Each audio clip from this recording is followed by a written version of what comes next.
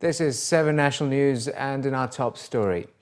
The UAE Ramadan Moon Sighting Committee has announced that the holy month of Ramadan in the UAE for the Hijri 1436 will begin on Thursday, the 18th of June. Justice Minister Sultan bin Saeed Al Baddi said in a statement following the committee's meeting at the Abu Dhabi Judicial Department that after investigation, application of relevant Sharia laws and contacts with neighbouring countries, that Wednesday the 17th of June 2015 will be the last day of the Hijri month of Sha'ban of 1436, and therefore Thursday 18th of June 2015 will be the first day of Ramadan. The UAE President His Highness Sheikh Khalifa bin Zayed Al Nahyan has ordered the release of 879 prisoners across the country on the occasion of the holy month of Ramadan. According to a report released by Emirates news agency WAM, His Highness the President will also pay off the liabilities and debts of the prisoners. The release of prisoners ahead of the beginning of the holy month comes as part of the President's desire to give pardoned inmates an opportunity to start a new life and bring about stability to their families. Commenting on the gesture, the UAE Attorney General stated that the release gives inmates a true opportunity to reintegrate as good members into the community and engage in and contribute positively to the process of building the nation's future. He added that the releases will provide a strong motive to other prisoners to behave well so as to be pardoned in the future. The UAE Vice President, Prime Minister and ruler of Dubai, His Highness Sheikh Mohammed bin Rashid Al Maktoum, has sent congratulatory cables to their Highnesses, the Kings, Presidents and Emirs of the Arab and Muslim states on the advent of the holy month of Ramadan. In addition, the ruler of Dubai, His Highness Sheikh Mohammed bin Rashid Al Maktoum, has received congratulatory cables for members of the UAE Supreme Council, their Highnesses, rulers of the Emirates, their Highnesses, the Crown Princes and Deputy Rulers on the occasion of the holy month of Ramadan, and has also sent similar cables of congratulations. The Dubai Health Authority has announced that its hospitals and health centres will work as per shift timings during Ramadan, with medical practitioners on call and emergency departments to be functional around the clock. Latifa Hospital's outpatient clinics will be open Sunday through Thursday from 9 a.m. to 2 p.m. Dubai Hospital and Rashid Hospital outpatient clinics will be open from 8 a.m. to 1 p.m. and 1:30 p.m. to 6 p.m. on weekdays. Primary healthcare centres in Nad Al Hamar and Al Barsha will function around the clock on all days, while the remaining centres open from 8:30 a.m. to 3 p.m. and from 8:30 p.m. to 11:30 p.m. on weekdays. On Saturdays, the healthcare centres will also function from 8:30 in the morning to 1:30 p.m. Dental services and clinics will function according to the hospital's timings. However, dental clinics in the primary healthcare centres will open Sunday through Thursday from 8:30 a.m. to 3 p.m. and from 8:30 p.m. to 11:30 p.m.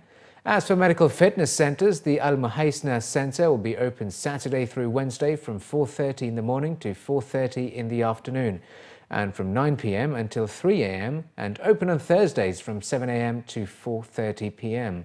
Al Karama and Al Quds medical fitness centres will be open from 8 a.m. to 5 p.m. on weekdays, while the Jafza, Jebel Ali Free Zone Authority and Knowledge Village centres will be open from 8 a.m. to 1 p.m. In the wake of the recent exposure of a global fake degree scam, UAE authorities have warned of stringent action against sellers and buyers of forged educational certificates.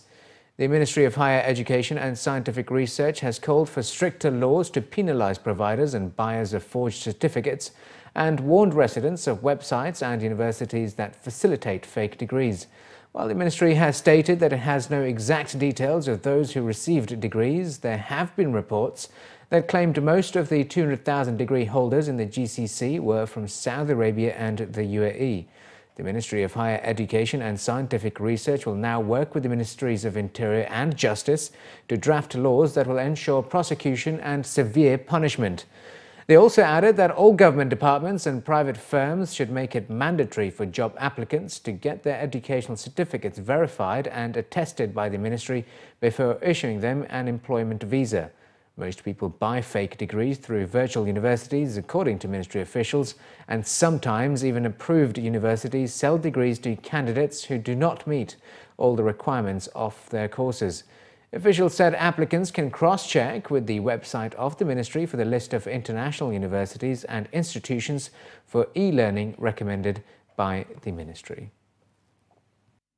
Tuition fee increases have been approved by Dubai's Knowledge and Human Development Authority at 117 private schools for the next academic year. As per the authority's decision, fees can be raised by between 2.92% and 5.84% at the approved schools. According to a recent report, fees at private schools in Dubai are among the highest in the region, with a study last year showing fees for top British curriculum schools in Dubai were up to 85,000 dirhams a year, the equivalent to around $23,100, which is the highest in the GCC. In comparison, US curriculum school fees were up to $17,700. Despite many parents' frustrations with the continued fee increases, principals say they are needed to attract the best staff and improve facilities. School fees in Dubai are based on the Education Cost Index provided by Dubai Statistics Centre each year. The index is calculated taking into account factors including the Consumer Price Index and school operating costs such as rent, utilities and salaries. This year it was set at 2.92%. Schools rated outstanding can increase fees by 5.84%, good schools by 4.38%, and acceptable and unsatisfactory by 2.92%. And finally, in the bulletin, Sharaf DG has announced the launch of a host of many smart technologies for businesses, including a new mobile app, a new website, a new feature for online shopping, and a new look store. At the reopening of their store at Times Square Centre, the CEO of Sharaf DG explained that a whole new shopping experience awaits customers. The launch comes after spending 2 years studying customer shopping behaviour to find out the key factors behind what drives customers to visit their stores. Customers can expect a personalised shopping experience, including a new installation called the Power Wall, displaying 6x 4K resolution, which will be used for product launches, product presentations and smart interactions with customers. Offering more details about one of the biggest gaming walls in the Middle East, Nilesh said that it is a treat for customers who love gaming, as they can choose from a list of games using the selection console and enjoy a game with a friend. Representatives of Sharaf DG said that automated vending machines, the largest in the world, will be used for dispensing laptops, mobiles and cameras, while also reducing the time it takes to service a customer.